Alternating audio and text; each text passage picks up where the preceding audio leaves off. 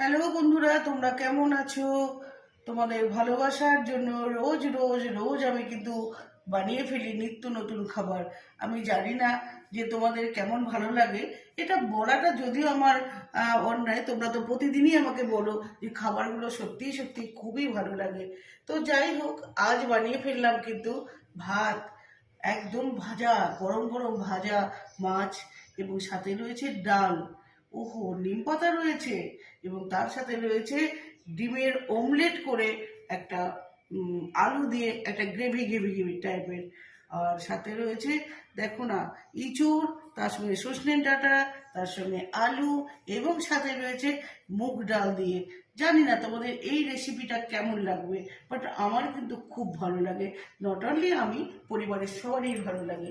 যদি ভালো লাগে তোমাদের কিন্তু বলে দিও, তোমরা লাইক করো এবং সাথে